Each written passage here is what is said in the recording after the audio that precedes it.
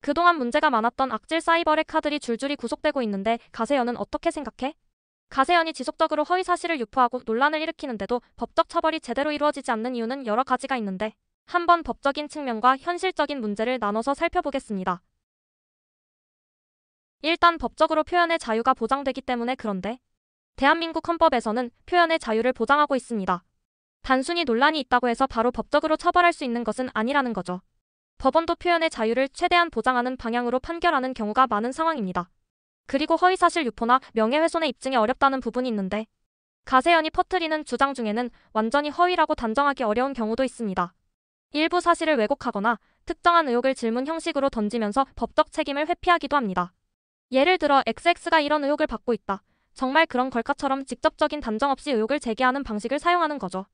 또한 법적으로 공적인물은 일반인보다 명예훼손의 기준이 더 낮게 적용되기도 합니다. 공적인물에 대한 비판은 공익을 위한 표현으로 인정될 가능성이 크기 때문에 대한민국은 법원이 쉽게 유죄 판결을 내리지 않는 것 같습니다. 명예훼손이나 모욕죄는 피해자가 직접 고소해야 하지만 피해자들이 대응하지 않거나 법적 대응이 번거로워서 그냥 넘어가는 경우가 많다는 부분도 가세현이 잘 이용하는 것 같습니다.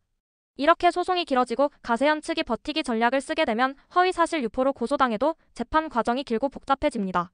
가세현 측은 법적 대응을 지연시키면서 최대한 오래 활동을 지속하게 되고 일부는 벌금형을 받고도 계속 활동을 이어나가는 모습입니다. 벌금보다는 후원 수익이 더 크기 때문인 것으로 추측하고 있습니다. 또 가세현은 고소를 역이용하여 피해자 코스프레를 하기도 하는데 고소를 당하면 오히려 우리를 탄압한다는 식으로 프레임을 짜서 지지층을 결집시킵니다.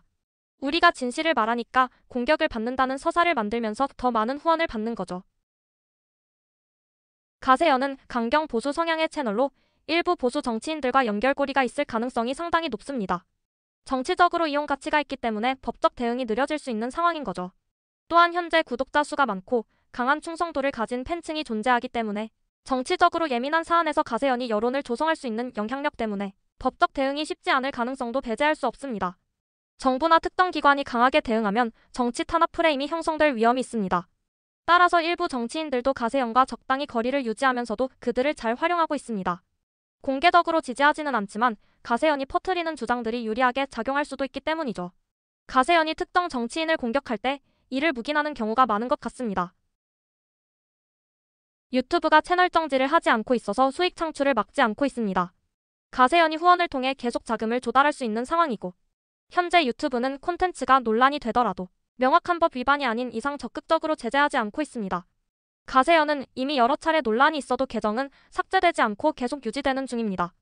그래서 가세현에 대한 결론은 가세현이 구속되거나 강력한 처벌을 받지 않는 이유는 법적 한계, 소송 과정의 복잡성, 정치적 이유, 유튜브 알고리즘 등의 요인이 복합적으로 작용하기 때문입니다.